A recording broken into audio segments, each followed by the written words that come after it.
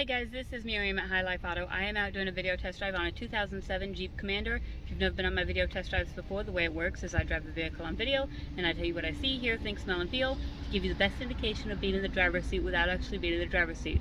I'm not a mechanic and this is not meant to be a 182-point inspection. Rather, this is meant to be a sneak peek into how the vehicle drives and any potential issues I notice as we're going along. So we'll take a look around the vehicle, we'll take a look under the hood, and then we'll go for a drive. Alright. I did have to jump start this one today, but I'm going to take it back and charge the battery, so we should have that problem solved after this. Alright, so this is a really, it actually has the potential to be really cool looking. I think it once was cool looking, and it can be again.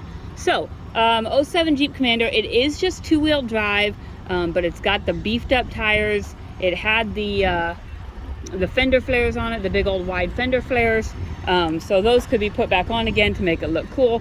It might even be something that Matt and I get done in the next couple weeks. We'll kind of see how that plays out. But body on this side looks pretty good other than the missing fender flares. These front tires are, they're probably about 40-50%. They're kind of an aggressive tread, so it's a little bit hard to determine exactly. These rear tires are not as good. They're probably right around 25%, probably right about at the wear bar line. The interior is clean, but stained. And on this side, again, looks in pretty good shape. It does have some cracking right here. I actually, when we first got this in, the guy who had traded it in, he bought a truck, and he traded it in, and he came by. And he had kids. I had seen kids in his car, so you can kind of see some of the stains on there. But he had told me that it runs really good, it drives really good. He did say that it might need an actuator. As of now, I haven't noticed it, but I'll just kind of show you what he told me, and we'll go from there. So he also said that he was in a little fender bender, so he took off the bumper because it was kind of loose on there. So again, that's another thing that we might get done. Here's the back.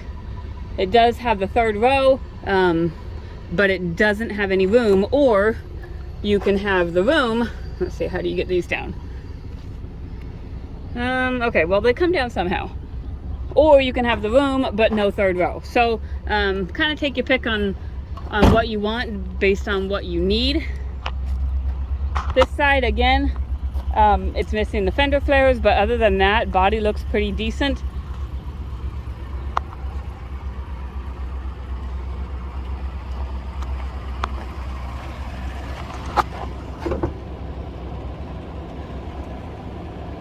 Alright, get this hood open.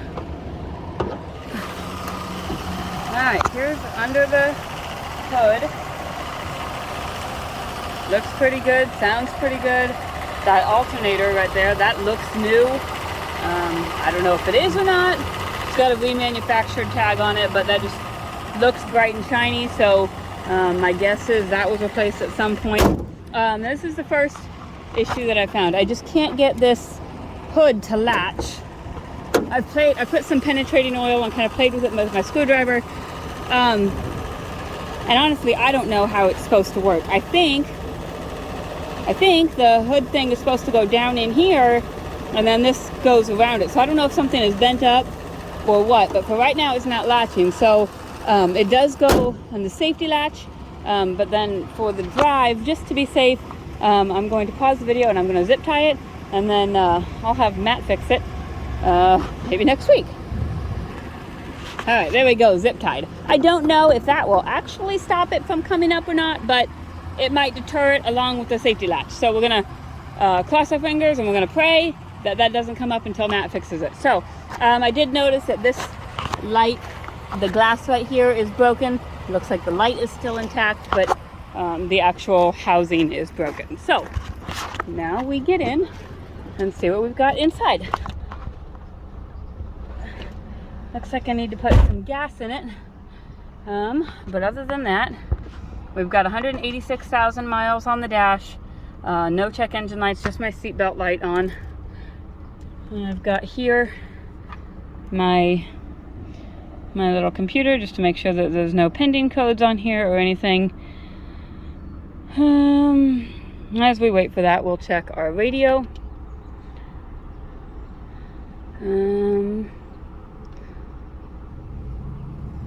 Where do I get to my FM mode? Oh, there we go. FM. Okay, there we go. We have radio.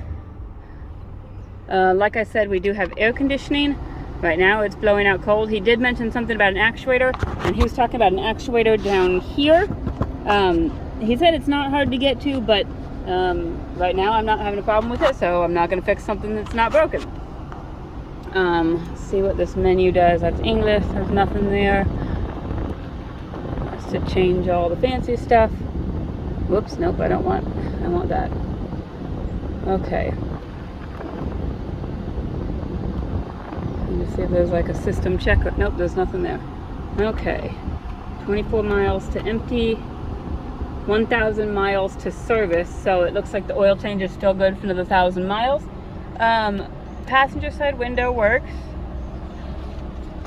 Rear passenger side window works. Rear driver's side window works. And the driver's side window works. Let's see. Okay, and then we have this that popped up. This vehicle has no fault code. So my gas light did just come on, so I will get gas after this video.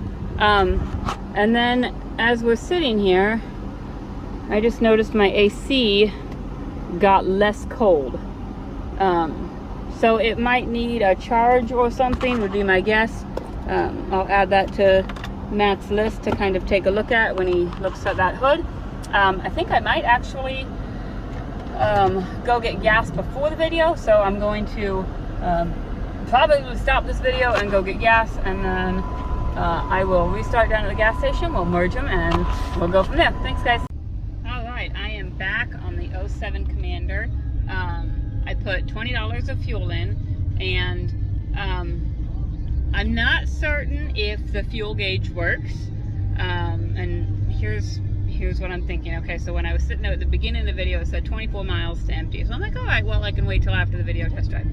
And then it dropped to 15, then it dropped to 11, then it dropped to 7, then it dropped to 3, like in a matter of seconds. Okay, well, so whatever. I went to the gas station. I thought maybe it was just faulty, whatever. So I went and put $20 in. The pump clicked off, so it might have a full tank of gas.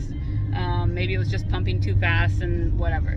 But then here, the gas station, it had 120 miles to empty or something. And in the span of 6 blocks, it's now saying I've got 97 miles to empty. So all that being said, I did look underneath. I don't see any gas leaks or anything, so it's not like the gas is actually going anywhere.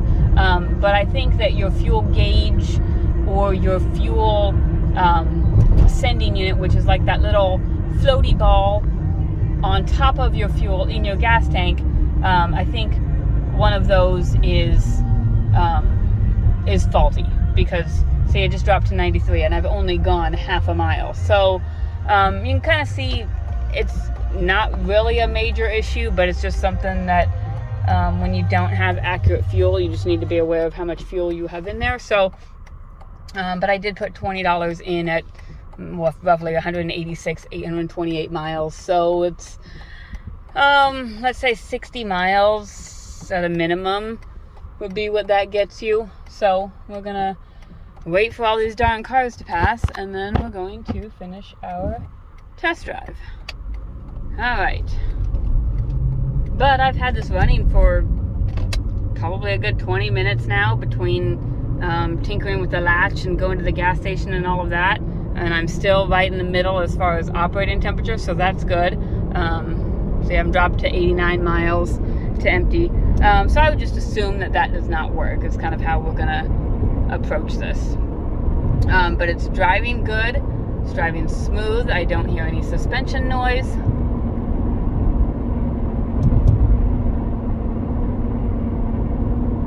I did notice that we have a windshield crack right there, kind of from top to bottom, straight up and down. I don't know how that happens. I've never seen one that goes straight up and down before, but it is there. So just be aware of that and the state you're in, if that matters to your driving officials there.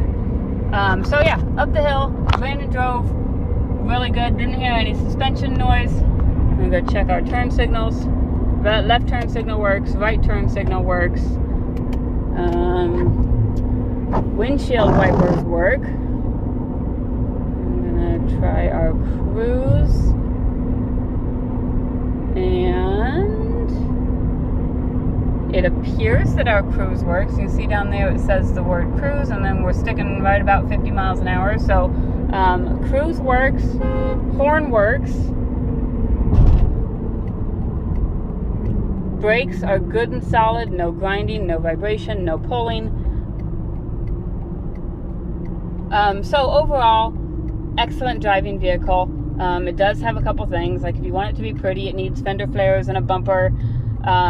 Hopefully I will fix that hood latch. That's not something I like to leave the way it is, but I think it just usually takes adjustment and tinkering and all of that. Other than that, there's probably an issue with the fuel gauge, but I'll just kind of watch it as when I'm driving it. Right now we've been sticking 89 miles. And then the AC probably needs charged, but the oil change is still good for another 1,000 miles. Runs and drives. So if you guys have any questions, shoot me a message, and I'll try and find out some answers for you. Otherwise, check the description and see if I've updated anything in there, and we can go from there. My cell phone is 309-267-7200. Thanks, guys.